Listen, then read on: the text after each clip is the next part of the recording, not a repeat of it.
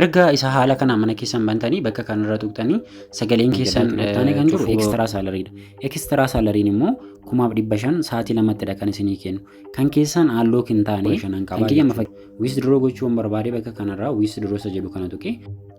Akkam jirtu yeroo darbe kutaa tokkoffaatiin akkaataa kamiin akkasiin aappii kana bantan akkasumas immoo aappii kana bantanii hagam akka hojjechuu dandeessan karaa sirrii ta'een viidiyoo isinitti argisiiseen ture. Baay'een keessanis banaa jirtu, bantanis gara kiyya dhufaa jirtu, eejentii kiyya join gochaa jirtu. Maaliif liinkicha tuqxanii yeroo bantan eejentii keenya join waan gootaniif ani immoo yeroo sana share isiniifan godha. Keessattuu yeroon online irra jirutti hunduma keessaniif share isinii gochaan jira. Garuu rakkoon baay'ee keessanii maalidha? Viidiyoo karaa sirriitiin ilaaltanii viidiyoo sanas immoo ilaaltanii xumurtan kana gochuu dhabuun keessan immoo aarsaa isin kaffalchisa yookaan immoo wanta argachuu qabdan isin dhabsiisaa jira. Kanaaf ammas viidiyoon ani isiniif hojjedhu dheeraa ta'uu danda'a, garuu obsaan osoo viidiyicha ilaaltanii garuu ni fayyadamtu jedhee yaada. Galgala keessattuu sirriittan argama. Wanta barbaadan dhuftanii nagaafachuu dandeessu. Dhuftanii taaskiiwwan keessan guyyaa guyyaallee hojjechuu dandeessu jechuudha. Har'a garuu akkaataa kamiin akkasiin hojjettan, maal akka hojjettan, taaskiiwwan jiran maal fa'aati, aappii kanarraa maalidha kan nuti hojjennu kan jedhu isinitti argisiisu. Keessattuu hoostii taatanii warra hojjechaa jirtaniif jechuudha. Isaaf mee namoonni aappii kana jalqabiin viidiyoo kana ilaalaa jirtan immoo paartii waan irra deemaatii viidiyoo kana ilaalaa aappii kana buufadhaan isiniin jedha. Yookaan immoo aappii kana jalqabuudhaaf namoonni viidiyoo sana hin argine jechuudha. As barreeffama kana ni tuqxu. Barreeffama tiimii aappii irratti guyyaa guyyaadhaan maal hojjenna jedhu kana ni tuqxu. Yeroo isa tuqxan akkaataa kanaan isinii bana. Erga isinii baneen booda inni jalqaba liinkii aappii kan jedhu bakka kanarra jira. Liinkii kana tuqxanii deemtanii buufattanii jalqabuu dandeessu. Lammaffaa irratti immoo maaltu jira asirraa? Telegram gruupiidha. Gruupii kanas join godha. Achirra viidiyoowwan garaagaraa isinii kaa'an jira jechuudha. Ittaanii immoo kutaa tokkoffaadha kan jiru yookaan immoo akkaataa ittiin aappicha bannu kan ibsas kunoo liinkii isaas irra kaa'een jira waan ta'eef isa kana tuquudhaan jalqabuu dandeessuun isiniin jedha. Amma viidiyoo har'aatti darbinu. Viidiyoo yeroo darbee keessatti isinii kaaseera. Namni tokko gara aappii kanaa erga dhufee guyyaa guyyaadhaan meeqa hojjeta kan jedhu isiniif haa kaasu jalqaba. Namni tokko kan inni hojjetu basic salary yookaan immoo taaskiin keessaa inni dhaabbatan 2000 dha. 2000 sana guyyaa guyyaadhaan hojjechuu danda'a, sa'aatii 2 hojjete jechuudha. Ittaanee kan jiru immoo maaltu jira? Taaskiin dabalataa jira. Taaskiin dabalataa torban tokkoof kan turu 3003 dha. Inni guyyaa guyyaadhaan akkasitti hojjechuu danda'a. Kan biraa immoo nama invite godheen kan inni ittiin argatudha jechuudha. Kanaaf taaskii keenya hojjechuudhaaf maal gochuu qabna, akkamitti hojjenna kan jedhu tokkoffaa mana keessan bantanii hojjechuu dandeessu. Mana keessan bantanii hojjechuudhaaf jala kanarraa maaltu jira? Mallattoon viidiyoo yookaan mallattoon kaameeraa fakkaatu jira. Isanii tuqxu. Yeroo isa tuqxan akkaataa kanaan isinii bana. Bakka kanarratti maaltu jira? Jalqabarra kan jiru maqaa keessantu dhufa. Maqaa isin ittiin bantan asirratti isinii fida. Isa balleessitanii welcome jettanii yookaan wanta biraa barreessuu dandeessu. Bakka kanarra immoo mallattoo duwwaan jiraachuu danda'a. Bakka nani qarshii irra kaa'e sana isin suuraa keessan irra kaawwachuu dandeessu jechuudha. Sana booda bakka kanarra maaltu jira? As teessoodha. Teessoo 9 jedha. 9 fi 12 banuu dandeessu. Teessoon kun lamaan wanidha jechuudha. Kaffaltii tokko maleedha. Ittaanee kan jiru garuu teessoon gurguddaa yoo banuu barbaadan immoo inni VIP dha jechuudha. Ittaanee bakka kanarra uffannaa yookaan mana keessanii uffata kan fakkaatu kana tuqxanii jijjiiruu dandeessu. Sallee kun asirratti fakkeenyaaf kan amma jirurraa isa kanarra godhachuu danda'a jechuudha. Sana booda ergaa kana hunda sirreeffattanii bakka kanarra start to voice live chat jedhu kana tuqxanii ni jalqabsiistu jechuudha. Erga isa haala kana mana keessan bantanii bakka kanarra tuqxanii sagaleen keessan cufuu barbaadan kana tuqxanii cufuu dandeessu. Sagaleen nama akka isin ittiin dhaga'amneef immoo mallattoo spiikarii kan fakkaatu kana tuqxanii cufuu dandeessu. Asirraa meeseejiiwwan garaagaraa yeroo isinii dhufetti ilaaluudhaaf yookaan immoo meeseejii namaa barreessuudhaaf isa kana fayyadamtu. Inni kun mallattoo giiftii namaa kennudha. Kun immoo piikee mana keessan keessatti namoonni yoo jiraatan gareedhaan bantanii wanni ta'udha. Innaa kanadha. Kan biraa wanti biraan jiru yoo ammas mana keessan ediitii godhachuu barbaadan immoo suma mana keessan keessa jirtanii bakka sarara kanaa tuqxanii as keessaa kunoo bakka kanarra tuqxanii room management isa jedhu kana tuqxanii wanta maqaa keessan kana sirreessuu dandeessu. Isa kana immoo tuqxanii tiimii wanni gochuu dandeessu jechuudha. Isa kana immoo lookii yoo gootan immoo mana keessan akka namni seenee cufuu dandeessu. Isa kana uffannatti jijjiiruu dandeessu. Kana fakkaata. Amma akkaataa kamiin akka taaskii keenya argannu isinitti argisiisu. Kunoo bakka kanarra wantoonni lama darbaa jiru. Innis inni jalqaba game kan jedhudha. Ittaanee kan jiru immoo new host kan jedhudha. New host sana ni tuqxu jechuudha. Naanni dhufe new host sana ni tuqxu. Kunoo amma tuqeen jira. Tole amma tuqeen jira kun hosti kan jedhu kana amma asirratti naa banee jira. Taaskiiwwan kiyya guyyaa guyyaa naa banee jira. Fakkeenyaaf asitti bees saalarii kan jedhudha. Bees saalarii meeqadha? 1000dha jechuudha. Akkuma asirratti argaa jirtan 1000. Bakka kanarratti immoo sa'aatii nan hojjedhudha. Sa'aatii 2. Yeroon sa'aatii 1 xumure 1000, yeroon sa'aatii 2 xumure 1000. Yeroo lamatti meeqa naa kenna jechuudha. Guyyaan 2000 hojjedha jechuudha. Ittaanee kan jiru ekstiraa saalariidha. Ekstiraa saalariin immoo 1500 sa'aatii 2ttidha kan isinii kennu. Kan keessan halluu hin taane kan kiyya amma fakkeenyaaf bakka kanarratti na lakkaa jira. Kan keessan garuu lakkaa'u. Kana gochuudhaaf maal gochuu qabdu? Pilaatfoormichi maal isiniin jedha? Ekstiraa saalariin kan isinii banamu daayimandii 1500 yoo chaarji goote halluu kisiif ta'aadha. Daayimandii kana immoo isa arganna kan jedhu koinseelaroonni jiru. Koinseelaroonni pilaatfoormii kanarra jiru isaan irraa bitattu. Fakkeenyaaf ejentiin kun koinseelariidha. Kunoo asirratti naman asirratti kunoo gatii koinii fi akkaawuntii isaa kunoo asirratti isinii kaa'een jira. Leekun jedhama. Asirratti immoo aappicha irratti jechuudha. Yookaan ID isaatiin kunuunsa kanaan sarchi gootanii deemtanii biraa bitachuu dandeessu yookaan immoo anaan keessaan na dubbisuu dandeessu. Kanaaf isa biraa bitachuu dandeessu yookaan immoo anaan na dubbisuu dandeessu keessaanii akkaataa kamiin akka bitattan yookaan immoo akkaawuntii isaan isiniif ergaa ni bitatu jechuudha. Ishi daayimandii meeqan bitadha kan jedhu fakkeenyaaf akkuma asirratti argaa jirtan iskiriin irratti akkan isinitti argisiisetti daayimandiin 200 irraa kaastanii bitachuu dandeessu. 200 5,500 300 10,000 isin yoo bitattan isa 10,000 sana yoo bitattan isiniif gaariidha. Maaliif kuma gatii 100 keessatti garuu garaagarummaan jiru garaagarummaa daayimandii 2,000ti 1,500ti. Akka kun hin taaneef yoo barbaadan isa 300 sana bitadhaa yookaan immoo isa 1,000 sana bitattu jechuudha. Erga bitadhee maalan godhaadha. Erga bitattanii daayimandicha yoo qabaattan maal gootu of tuqxanii an fakkeenyaaf of tuqeera seend giiftii kan jedhu kana tuqeetanan maalan godha jechuudha.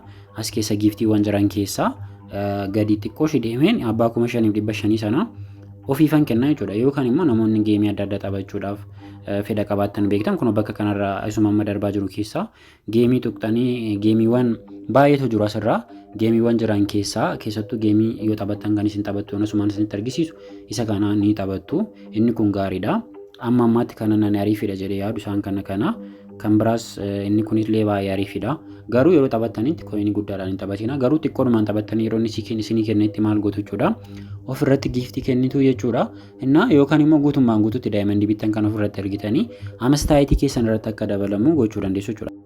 Amastaayitii keessan irratti dabalamuu isaa malees immoo faayidaan giiftii kan ofii kennuu keessanii asirratti fakkeenyaaf 2,000 gara 1,100 1,000 gara 1,100 jechuun gara 2,600tti darbuudhaaf 20,000 sin gaafata jechuudha.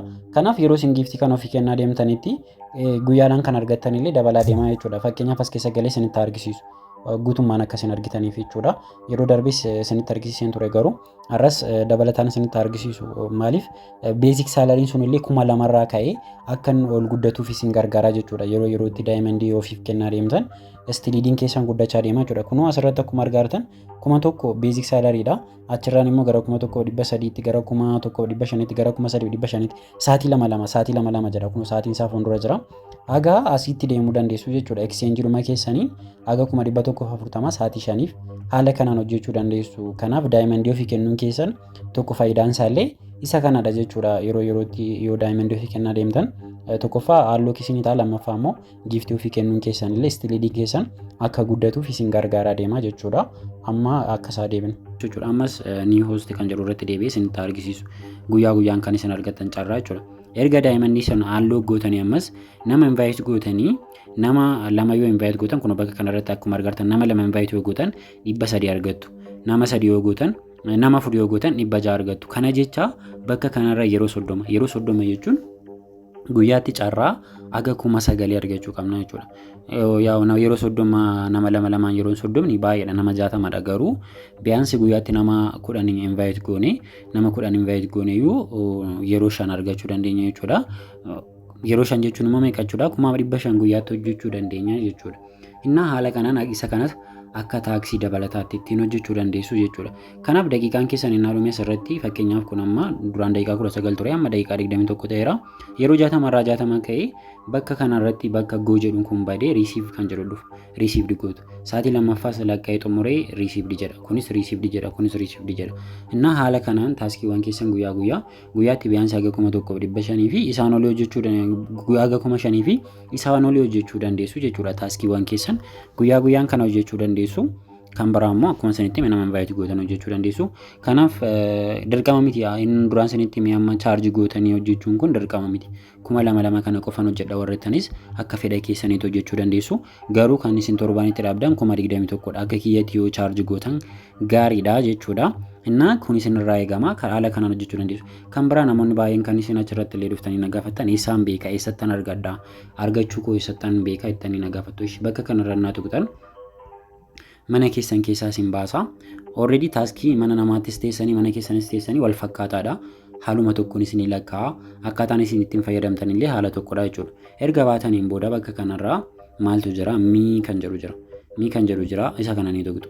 Erga isa tuqxanii yoo maal gootu bakka kanarra maaltu jira? Wallet kan jedhu jira. Walletiin kun kan nuti as keessattidha kan nuti ilaallu jechuudha. Wallet kan jedhu kan erga tuqxanii fakkeenyaaf anasirraa amstaayitii 15,000 qabaa jechuudha. Withdraw gochuun barbaade bakka kanarraa withdraw isa jedhu kana tuqee gara baankiitti withdraw gochuu hin danda'a. Akkasumas immoo exchange gochuun barbaade exchange innaan 70,000 gahe diamond 63 ta'a. Haala kanaan jijjiiradha jechuudha.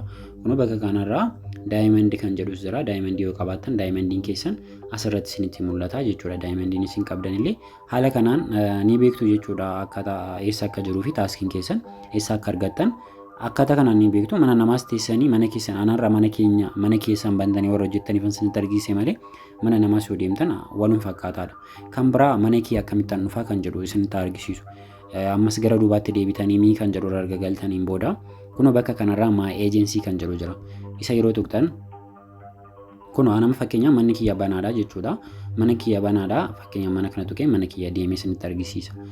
Ana malees immoo bakka namoota kan biraa isinitti argisiisa. Namoota ejentii kiyya jala ta'anii manni isaanii banaate fakkeenyaaf amma kiyyaa kee kan jedhu kun akkaawuntii kiyyaadha.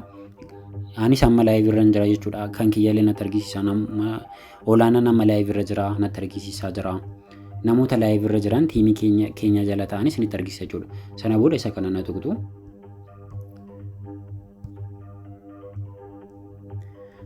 Dura mana kiyya cufuu waan qabuufidha. Erga na tuqxaniin booda mana keessan cufuu qabdu shi mana namaa biraa deemuudhaaf mana keessan kun amma nama lama mana kiyya keessa jira. Kanaaf seenee jechuudha. Seenee kanaan illee seeneen teessoo qabadee ta'a. Kun taaskiin kiyyaan duraan isinitti argisiisee bakka kanarraa geemii fi ni hoostiin mana namaattis illee isiniif lakkaa yookaan immoo ni darba jechuudha. Yeroo inni dhufee tuqxanii ni seentu jechuudha. Akkaataa kanaan seentanii ni taaskii keessan akka ta'e ni ilaallattu jechuudha. Kunoo erga seentaniin booda asirratti sa'aatii daqiiqaa meeqa akka teessan asirratti illee ilaallachuu dandeessu. Sana booda sarara riisiivdi godhattu jechuudha. Kan biraa kan isin beekuu qabdan ashaaraa kennuu keessan sirriitti beekuu qabdu. Ashaaraa kennuu kiyya immoo akkamittan beekaa kan jedhu isinitti argisiisu. Maaliif kanaan kana isiniin jedhuuf viidiyoo sanarratti akkaataa kamiin akka ashaaraa kennitan hundumaa waan isinitti argise mii kan jedhu kan erga tuqxaniin booda ammallee jechuudha. Asirra erga dhuftanii maaltu jira asirraa streamer center kan jedhu jira. Streamer centerii kanarra innaa tuqxan kun akkanatti isinii baneera taanaan bakka isin ashaaraa kennitaniitu. Kunoo asirrallee tuqxanii yoo amma mana namaa seenuu baattanis taaskii keessan guyyaa hojjechuu keessan beekuu keessaniif bakka kanarraa ankar saalarii jettu kana tuqxanii yeroo keessa seentanitti asirratti taaskiiwwan keessan isiniif banu jechuudha. Yoo isin ashaaraan kenniin garuu maal isiniin jedhaa goo kan jedhu isinii dhufa. Face authentication jedhee goo kan jedhu isinii dhufa. Streamer centerii kana yoo tuqxanii jechuudha. Yoo garuu isin kennitan ta'ee asirratti maqaa keessan isinii fidee akkasuma maqaa ejentii keessanillee bakka kanarratti maqaa ejentii keessanillee bakka kanarratti isinii fida jechuudha. Innaa haala kanaan ashaaraa kennuu keessanis beekuu dandeessu. Kanaaf taaskiin keenya guyyaa akkaataa kanaan hojjenna akkaataa kanaan beekuu dandeenya. Kanaaf koottaatu hojjedha. Namoonni jalqabdanii keessattuu guyyaa tokko guyyaa lamaaf jala dabarsaa jirtan maaliif akkasiin bantaniin ejentii kiyya jalatti isin galmeessa. Aappiin kun immoo ejentii jalatti galmooftaniitu taanaan sa'aatiin keessan yookaan guyyaan keessan lakkaa'uu jalqaba jechuudha. Fakkeenyaaf namoonni isa guyyaa torban sana hojjechuu barbaadan isin jalaa gubachaa deemaa jechuudha guyyaan keessan waan ta'eef akka kun hin taaneef akkuma jalqabdaniin koottaatii taaskii keessan isa kana sirreeffadhaatii haala kanaan hojjedhaa erga hojjettaniin booda immoo yeroo hunduma galaatii riisiivdi godhaa osoo sa'aatii tokko hin ta'in galgala sa'aatii tokkotti ni dhuma waan ta'eef hojiin aappichaa amma galgala sa'aatii tokkotti hojjeta waan ta'eef sa'aatii tokko irratti hunduma xumuruu qabdu isiniin jedha haala kanaan hojjetama galatooma.